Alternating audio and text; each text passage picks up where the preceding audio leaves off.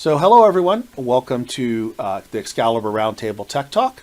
This is one of our special edition Tech Talks, and it's even more special because this is being actually done in person rather than recording through the remote technologies. This is being done in person as part of our Knights of the Roundtable series. I'm joined here by Jeff Jones from Excalibur. Jeff, thanks for joining me today. No problem. Jeff and I both actually work here in the Pittsburgh office, so we said, hey, let's try this as an in-person sort of scenario and see if see what this looks like. We thought it'd be kind of fun. The idea behind these this Tech Talk series, the Knights of the Roundtable series, has been for us to be able to let folks meet folks they may have heard about. Many folks that are out there have met Jeff. They might have just heard his voice on a call. We participate in a lot of user groups. We participate in a lot of different sessions. So you actually get to see Jeff. Jeff and I are not twin brothers. Although we're both looks like we're all appearances aside. Yes. But Jeff and I have known each other since what we would refer to as junior high school. The kids today would call middle school. We've actually known each other going back all that way, and so it's kind of it'd be kind of interesting to see if I learn something today that I don't already know, which has happened on a bunch of these calls. So, Jeff, I know your background, so talk to me a little bit about how you got started in IT, because I think you were about knee-high to a grasshopper when that happened. Pretty much. So yeah, I have been interested in technical things, computers in particular, since the first time I saw one, which was in the very early 80s when they first started becoming available to the common folks. Had a bunch of them in the house, most of the Commodore series, K-Pros, DOS, Atari 800s and 400s. So everything started there, and then of course just in our senior year of high school, since we both went to high school together and graduated together. My senior year of high school, I started my first what I would call a real job. I was a nighttime system operator for a small office machine dealer in California, which is now defunct. Started a sysop job as a systems admin for their Unix environment, their AIX systems. A couple years later, moved on from there to a big golf club manufacturer in Southern California. Again, for the first year there, did the sysop job there as an AS400 shop instead of a Unix shop, but computer's a computer. Moved quickly into the manufacturing engineering department and worked with the folks there to actually build and write the programs for the machines that we use to assist the employees in building clubs. We were not replacing people, we were assisting them at that point in time. And a few years after that, moved into a business analyst role for the manufacturing department, where I was worked with the team to deploy SAP for the manufacturing side, and got heavily into logistics and redesigned designed a brand new warehouse for distribution and built all the systems for that. Then, of course, that company decided to go public, and the environment quickly turned toxic. So I moved on to another small manufacturing company there, where I took on the IT manager role, and quickly that evolved into, if it plugs into a wire someplace, it's my responsibility. And over the years, that also included physical security, inventory management, purchasing, again, logistics and distribution stuff, basic jack of all trades, master of none.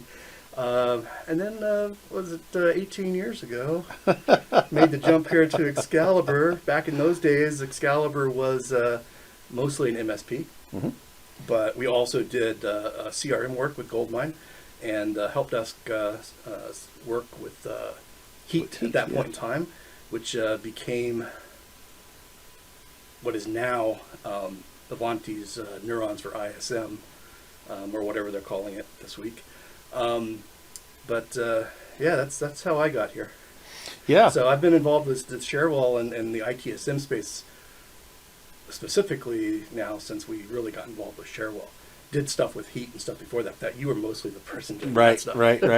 Yes, but for about the last 15 years, we've been focused on that. Now, I know from your background, so the way you ended up in kind of in the ITSM space was, by the nature of helping our clients implement this, and also for us when we were an MSP, and it's something that folks may not know. So Excalibur also had an MSP practice up until about 3 or 4 years ago. 2017. So almost 5 years ago now. Yeah. Time flies. When we divested ourselves of that and focused solely on ITSM, although that was still a large part of our business, but helping to build the processes and structures internally, because we did have a first level, second level support service desk, and technicians and all of those sort of things, to kind of running those day-to-day operations, which we initially ran on Heat and then moved rapidly to running on Sharewell and running the business from those things. But you also have kind of a broad background in development and programming, and one of the things I always kind of joke about is the coding of the matrix. With the various programming languages you learn. Some folks learn human languages, and so they say, I speak 2-3 languages fluently. You speak a few more than 2 or 3 from an IT perspective. Yeah. I missed out in the college days. A few years after I left college, they decided that computer languages could count towards foreign language courses. That would have been interesting, but that started early on. Back in the day, back with the Commodore, the VIC-20s, and the C64s, you used to buy the computer magazines, and they would have in there the code, because discs weren't common. Cassette tapes were the medium that you stored stuff on for the hobbyist, or you typed it in, and they would provide the magazine had all these source codes, and that was always interesting. I typed them in and figure that out, and then after I got the job or got my own computer, an actual PC, I picked up Turbo Pascal and started doing some stuff there, and wrote a few programs that I used for some side businesses I had at that point in time. And then of course with the job in the golf company, that was really kind of where it took off, because we were writing everything, and we used mostly C, but then when Windows started to come in, we started writing stuff in Delphi, which is a Pascal variant similar to Turbo Pascal, and then just kind of took off from there, because in the job after that, I did a lot of the web development, so I learned Perl and PHP, and it just never ends. Right. And many languages past that. So Jeff's kind of our go-to resource when a client wants an integration. Now, most of the integrations today are done leveraging the REST API, Yep. And the calls are fairly common. Nuances for different systems, but the calls are fairly common. But we do get into the occasional. We've got to kind of unwind something that's there, and your background and knowledge helps in a lot of cases, because we run into cases where the person that wrote it for the customer hasn't worked there in 10 years, and nobody knows actually how it works. We had this as an example at a customer recently, where I want to say it was a Perl script had been written to do something, and they weren't sure what it was, and it needed to continue to run just temporarily till a system went live. And so Jeff got pulled into that to see if we could figure out what was wrong, and get that up and running for the customer. And so he's kind of our guy that as I said, kind of decode the matrix and say, okay, here's what I think we need to do as the right thing. Now, as you said, you moved out here into Pittsburgh about 18 years ago, but tell me a little bit about you moved recently to a new home. Tell me a little bit about that. Yeah, so when I first moved out here, I moved into the South Hills with Mike there. We lived a couple miles apart, no more than that. Decided a couple years ago, actually it was 2021, because that's right when COVID hit. 2020, right around the time COVID hit, when I was starting to look, and it kind of derailed my plans for a few months as we were all in lockdown. But yeah, just wanted a little more space, because South Hills is all it's not Southern California cramped, but it's cramped by Pittsburgh standards. Wanted something a little bigger, a little more space. So I ended up moving to the east side of Pittsburgh, out in the Leechburg area. Got a little 5-acre plot of land and a 1950s house, and we'll see where it goes from there. Yeah, yeah, yeah. Nice little place. Lots of sky, lots of room around. Have had the chance to go out there. Got to help move some stuff, Yeah, and hey, I didn't even give you pizza or beer. yeah. Now, when you're not doing that or maintaining your house, what sort of things do you do as hobbies? You have some interesting hobbies. Do I? I don't You think do. they're all that interesting. Well, But the two primary hobbies I have outside of technical stuff is really, I like to cook. That's always fun.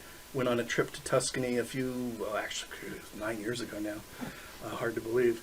And took a week-long cooking course at a little organic cooking school in Tuscany there. And then in the last 5 or 6 years or so, I've gotten kind of into gardening. Not that I'm any good at it. These are black thumbs, actually, for the most part. But I can grow some tomatoes and some lettuce and some other veggies. So not enough to feed myself, but it's fun nonetheless. well, and you have a penchant for vino as well. Yes, I do enjoy the vino.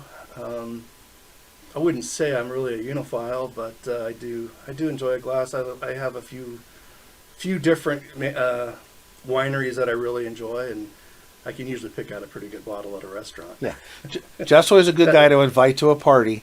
He'll bring the wine and he'll bring fresh baked bread or dessert, your choice.